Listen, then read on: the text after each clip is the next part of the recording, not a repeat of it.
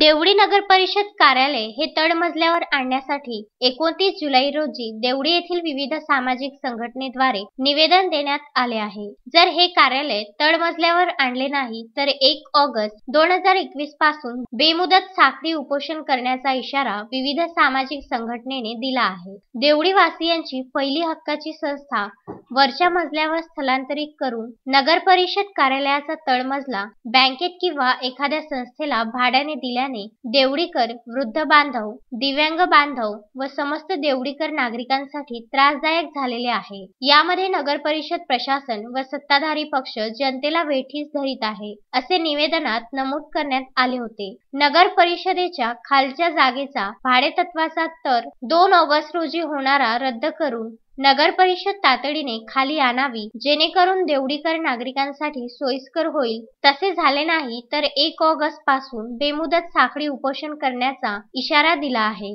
यामध्ये प्रहार अपंग क्रांती संघटना, ज्येष्ठ नागरिक मंडळ, युवा संघर्ष मोर्चा, बजरंग दल युवा परिवर्तन की आवाज संघटना, देवळी संघर्ष वाहिनी व इतर सामाजिक संघटनांचा समावेश आहे। अश्विन शाह, विदर्भ न्यूज, पुलगाव।